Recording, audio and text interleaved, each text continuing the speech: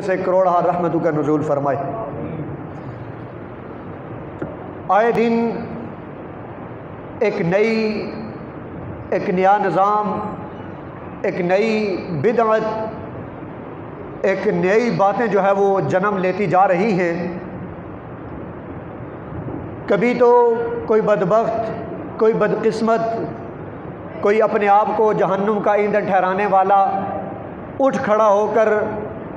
نبی علیہ الصلاۃ والسلام کی بارگاہ کے اندر گستاخی شروع کر دیتا ہے۔ کبھی کسی کا من چاہتا ہے تو نبی علیہ الصلاۃ والسلام کے وہ صحابہ کہ جو صبح بھی حضور کے چہرے کی زیارت کیا کرتے تھے، شام کو بھی حضور کے چہرے کی زیارت کر کے نیندیں کیا کرتے تھے، ان صحابہ کرام رضوان اللہ تعالیٰ علیہم مجمعین کی بارگاہوں کے اندر گستاخیاں کی جا رہی ہیں۔ کبھی کوئی اٹھ کر حضور علیہ الصلاۃ والسلام کی اہل بیت اطہار، حضور کی اولاد کے بارے میں باتیں شروع کر دیتا ہے، گستاخیاں شروع کر دیتا ہے۔ حضور علیہ الصلاۃ والسلام کی نسبت سے تعلق رکھنے والا ہر رشتہ جو ہمیں عزیز ہے، جس کا ہم احترام کرتے ہیں، جو ساری نسبتیں ہمارے سروں کا تاج ہیں، کبھی کوئی بدقسمت، کبھی کوئی بد کردار، کبھی کوئی بدفعل ان ہستیوں کے بارے میں اٹھ کھڑا ہو کر گستاخیاں شروع کر دیتا ہے، ان کی بارگاہوں کے اندر بے ادبیاں شروع کر دیتا ہے، ان کی تعظیم و توقیر و شان کے اندر نازیبا الفاظ کہہ دیتا ہے۔ آئے روز یہ چیزیں جنم لے رہی ہیں۔ اللہ تعالی ہمیں ایسی دولت سے محفوظ فرمائے کہ جو دولت حضور کے یاروں سے محبت کرنے کو دور کر دے۔ اللہ تعالی ہمیں ایسی صحبت سے دور فرمائے جو صحبت حضور کی بارگاہ سے ہمیں دور کر دے۔ اللہ تعالی ہمیں ایسی صحبت سے دور فرمائے جو صحبت ہمیں حضور کے صحابہ کی محبت سے دور کر دے۔ اللہ تعالی ہمیں ایسی صحبت سے دور فرمائے جو صحبت حضور علیہ الصلاۃ والسلام کی اہل بیت اطہار کی محبت کے اندر گستاخی کرنے کے اوپر ہمیں آمادہ کر دے۔ اللہ تعالی ہمیں ایسے ٹکڑوں سے بچائے، اللہ تعالی ہمیں ایسے پیسوں سے بچائے، اللہ تعالی ہمیں ایسے ہر اس رشتے سے بچائے جو رشتہ حضور کی بارگاہ سے دور کر دینے والا ہو، حضور کی نسبتوں سے تعلق رکھنے والے رشتہ داریوں سے دور کر دینے والا ہو، حضور کی صحابہ کی محبت سے دور کر دینے والا ہو۔ اللہ تعالی ہمیں ہر اس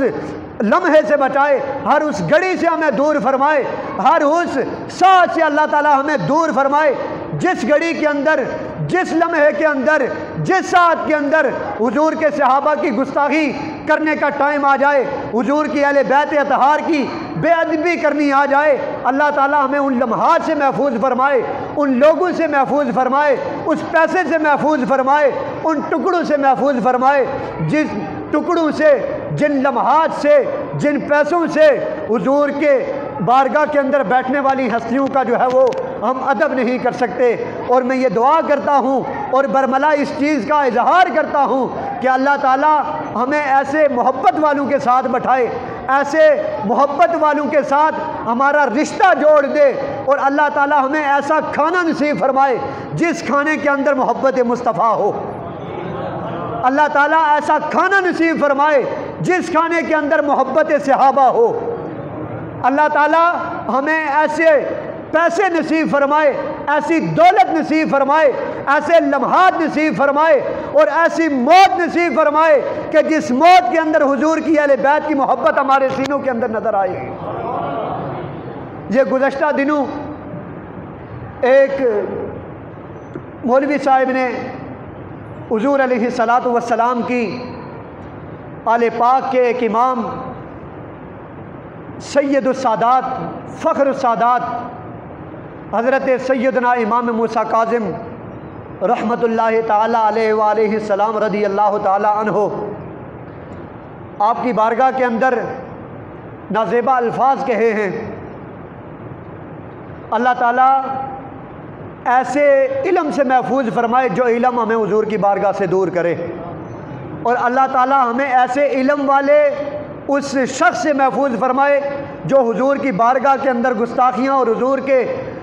در سے تعلق رکھنے والے رشتوں سے ہمیں دور کرے۔ اللہ تعالیٰ ہمیں ایسے اشخاص سے بھی محفوظ فرمائے۔ وہ امام موسیٰ کاظم، ایک تو ان کو یہ اعزاز حاصل ہے کہ ان کی رگوں کے اندر خون رسول ہے، خون زہرہ گردش کر رہا ہے اور خون علی گردش کر رہا ہے، ایک تو ان کو یہ اعزاز حاصل ہے۔ پھر اللہ تعالیٰ نے آپ کو وہ مقام، وہ شرف، وہ مرتبہ، وہ ایک اعلیٰ منصب عطا فرمایا ہوا ہے کہ جس کی کوئی مثال نہیں ملتی، جس کو جتنا بیان کیا جا سکے تو وہ ہمارے لفظوں کے اندر بیان ہونے والا نہیں ہے۔ علامہ امام ذہبی رحمۃ اللہ تعالیٰ علیہ، آپ نے امام موسیٰ کاظم رحمۃ اللہ تعالیٰ علیہ وآلہ السلام کے بارے میں فرمایا کہ کانا صالحا عالما عابدا جوادا حلیما کبیر القدر۔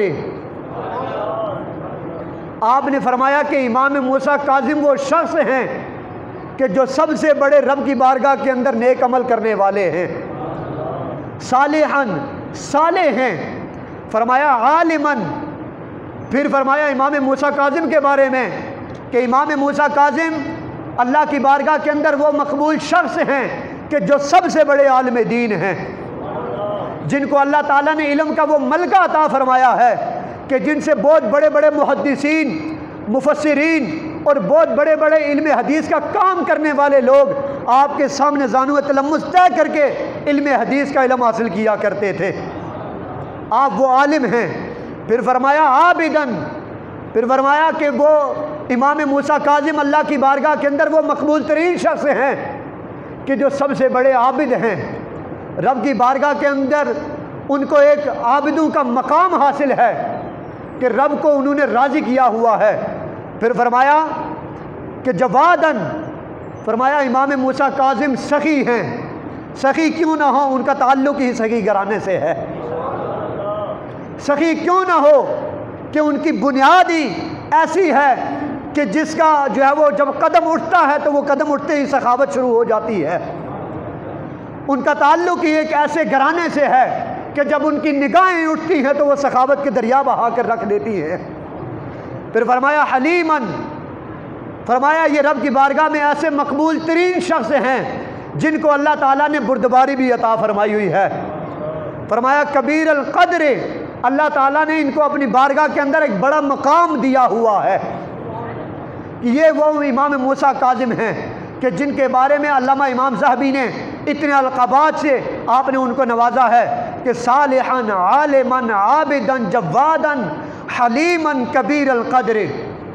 کہ آپ عالم بھی ہیں، صالح بھی ہیں، رب کی بارگاہ کے اندر توبہ استغفار کرنے والے ہیں، متقی ہیں، سخی ہیں، حلیم و بردبار ہیں اور رب کی بارگاہ کے اندر ایک بڑا مقام حاصل کرنے والے ہیں۔ پھر آگے سنیے، جب خلیفہ ہارون الرشید منصب بادشاہت پر فائز ہوا تو جب یہ عمرہ کرنے کے لیے پاک سرزمین کی طرف گیا تو جناب حضرت امام موسیٰ کاظم مسجد نبوی شریف کے سامنے نماز ادا کر رہے تھے تو خلیفہ ہارون الرشید نے آپ کو گرفتار کروا لیا۔ گرفتار کروا کر آپ کو جب جیل کے اندر بند کر دیا تو امام ابن حجر اسقلانی لکھتے ہیں کہ آپ کو جب خلیفہ ہارون الرشید نے قید کروایا ہے، قید کروانے کے بعد کبھی آپ کو رہائی نہیں دی، آپ کو زہر کے اندر، جیل کے اندر ہی زہر دیا جاتا رہا، لیکن جب آپ کو جیل کے اندر داخل کیا نا تو امام اعظم ابو حنیفہ رحمۃ اللہ تعالیٰ علیہ رضی اللہ تعالیٰ عنہ، آپ کے دو شاگرد امام ابو یوسف اور امام محمد، جناب حضرت امام موسیٰ کاظم علیہ السلام رضی اللہ تعالیٰ عنہ آپ کے پاس جیل میں حاضر ہوئے۔ حاضر ہو کر آپ کی بارگاہ کے اندر علمی گفتگو کرنا چاہتے تھے۔ جب وہ دونوں اشخاص، دونوں امام صاحب کے شاگرد حضرت امام موسیٰ کاظم رحمۃ اللہ تعالیٰ علیہ رضی اللہ تعالیٰ عنہ کی بارگاہ میں جیل میں حاضر ہوئے علمی گفتگو کے لیے، اور آپ کے من نے جب یہ چاہا کہ آپ سے گفتگو کی جائے تو اتنی دیر کے اندر جیلر آ گیا، رات کا ٹائم ہو گیا۔ جیلر نے آ کر حضرت امام موسیٰ کاظم سے کہا کہ جناب میں گھر جا رہا ہوں، اگر کسی چیز کی ضرورت ہے تو مجھے بتا دیجئے۔ محبت سے کہیں سبحان اللہ۔ میں ایک بڑی محبت کی اور پتہ کی بات بتانے جا رہا ہوں کہ اللہ تعالیٰ نے امام موسیٰ کاظم کو کتنا بڑا مقام عطا فرمایا ہوا ہے۔ حضرت امام اعظم ابو حنیفہ رحمۃ اللہ تعالیٰ علیہ، آپ کے دونوں شاگرد جب حضرت امام موسیٰ کاظم رحمۃ اللہ تعالیٰ علیہ رضی اللہ تعالیٰ عنہ وعلیہ السلام کے پاس جیل میں جب حاضر ہوئے، حاضر ہو کر جب آپ کی خدمت میں علمی گفتگو کا ارادہ فرمایا، اتنی دیر میں جیلر آ گیا۔ جیلر نے آ کر آپ کی بارگاہ میں عرض کی کہ اے امام موسیٰ کاظم، اگر آپ کو کسی چیز کی ضرورت ہے، اگر کسی چیز کی تمنا ہے تو مجھے بتا دیجئے، میں اپنے گھر جا رہا ہوں، واپس صبح کو آؤں گا۔ جناب حضرت امام موسیٰ کاظم ان دونوں اشخاص کی موجودگی میں، ان دونوں امام اعظم رضی اللہ تعالیٰ عنہ آپ کے شاگردوں کی موجودگی میں آپ نے فرمایا یہ جیلر کیسی عجیب باتیں کر رہا ہے کہ آپ کو اگر کسی چیز کی ضرورت ہے تو میں آپ کو وہ چیز لا کر دیتا ہوں، میں آپ کو وہ چیز لا کر دیتا ہوں، پھر میں واپسی کو صبح آؤں گا۔ حضرت امام موسیٰ کاظم رضی اللہ تعالیٰ عنہ، آپ کو میری آواز آ رہی ہے؟ محبت سے کہیں سبحان اللہ۔ جناب امام موسیٰ کاظم رضی اللہ تعالیٰ عنہ، آپ نے ان دونوں اشخاص حضرت امام ابو یوسف رضی اللہ تعالیٰ عنہ اور جناب امام محمد رحمت اللہ تعالیٰ علیہ آپ سے فرمایا اے امام صاحب کے شاگردو، یہ جیلر کیسی باتیں کر رہا ہے، کیسی عجیب باتیں کر رہا ہے، حالانکہ میں دیکھ رہا ہوں کہ صبح آنے سے پہلے یہ جیلر اللہ کی بارگاہ میں پہنچ جائے گا۔ میں یہ دیکھ رہا ہوں کہ صبح آنے سے پہلے یہ جیلر اس دنیا فانی سے چلا جائے گا، اس دنیا فانی سے رحلت فرمائے گا، اس کو موت آ جانی ہے۔ جناب حضرت امام ابو یوسف رحمت اللہ تعالیٰ علیہ اور جناب امام محمد رحمت اللہ تعالیٰ علیہ آپ دونوں حیران ہو کر رہ گئے۔ آپ آپس میں گفتگو کرنے لگے کہ ہم تو جناب ہم تو حضرت کی بارگاہ میں اس لیے آئے تھے کہ فرض کے اوپر، سنت کے اوپر علمی گفتگو کریں گے۔ ہماری گفتگو شروع کرنے سے پہلے امام موسیٰ کاظم رحمت اللہ تعالیٰ علیہ نے ہمیں علم غیب کا مسئلہ بتا دیا ہے۔ آپ نے تو علم غیب کا مسئلہ بتا دیا ہے۔ پھر جناب حضرت امام ابو یوسف رضی اللہ تعالیٰ عنہ، پھر آپ کے ساتھ حضرت امام محمد رحمت اللہ تعالیٰ علیہ، آپ اس بات کے اوپر پختگی حاصل کرنے کے لیے کہ چلو دیکھتے ہیں کہ امام موسیٰ کاظم رحمت اللہ تعالیٰ علیہ آپ کی بات سچی ہوتی ہے کہ نہیں، آپ نے ایک شخص کی ڈیوٹی لگا دی۔ یار محبت سے کہیں سبحان اللہ۔ آپ نے ایک شخص کی ڈیوٹی لگا دی کہ تو اس جیلر کے ساتھ ساتھ جا کر اس کے رہائش گاہ کے سامنے بیٹھ جا۔ جب تجھے اگر کسی موت کی، اس جیلر کے دنیا کے جانے کی اگر تجھے خبر ملے تو تو نے آ کر ہمیں بتانا ہے۔ وہ شخص اس جیلر کے ساتھ ساتھ اس کی رہائش گاہ کی طرف گیا۔ رات کا کافی وقت بیت گیا، رات کا آخری پہر آ گیا۔ اس جیلر کے گھر سے چیخ و پکار کی آواز آنے لگی ہے۔ اس جیلر کے گھر سے چیخ و پکار کی آواز آنے لگی ہے، اور یہ آواز آ گئی ہے کہ جیلر آج اس دنیا فانی سے رخصت ہو کر دارالبقا کی طرف چلا گیا ہے۔ وہ شخص دوڑا ہوا، بھاگا ہوا جا کر حضرت امام ابو یوسف رحمت اللہ تعالیٰ علیہ اور حضرت امام محمد رحمت اللہ تعالیٰ علیہ آپ کی بارگاہ میں گیا۔ آپ سے جا کر عرض کرنے لگا اے امام ابو یوسف و امام محمد، جس شخص کے بارے میں حضرت امام موسیٰ کاظم نے جیل کے اندر بیٹھ کر یہ بات فرمائی تھی کہ یہ شخص رات کے ختم ہونے سے پہلے اس دنیا فانی سے چلا جائے گا، اللہ تعالیٰ نے اس بندے کو صبح ہونے سے پہلے اس دنیا سے اٹھا لیا ہے۔ اللہ تعالیٰ نے اپنے اس برگزیدہ بندے کی بات کو سن کر اس جیلر کو اس دنیا فانی سے اٹھا لیا ہے۔ یہ مقام، یہ مرتبہ حضور کے غلاموں کو حضور کی آل کو حاصل ہے، اب بڑی بارگاہوں کی طرف نہیں، جو ائمہ ہیں ان کو اللہ تعالیٰ نے یہ مقام اور یہ منصب، یہ رتبہ، یہ اعلیٰ اور یہ منور و اشرف و اعلیٰ مقام عطا فرمایا ہے کہ جس کو لفظوں کے اندر بیان نہیں کیا جا سکتا۔ پھر حضرت شفیق بلخی رحمۃ اللہ تعالیٰ علیہ آپ فرماتے ہیں کہ میں ایک مرتبہ حج کے سفر کے لیے روانہ ہوا، جب میں سرزمین قادسیہ میں پہنچا تو میں نے ایک حسین و جمیل خوبصورت قد و قامت والے ایک شخص کو دیکھا کہ وہ ایک ایسے خوبصورت لباس کے اندر ملبوس ہے اور اس کے پاؤں کے اندر خوبصورت جوتے پہنے ہوئے ہیں اور اس کے کندھے کے اوپر شملہ آویزاں ہے، اور وہ شخص لوگوں کے ہجوم سے،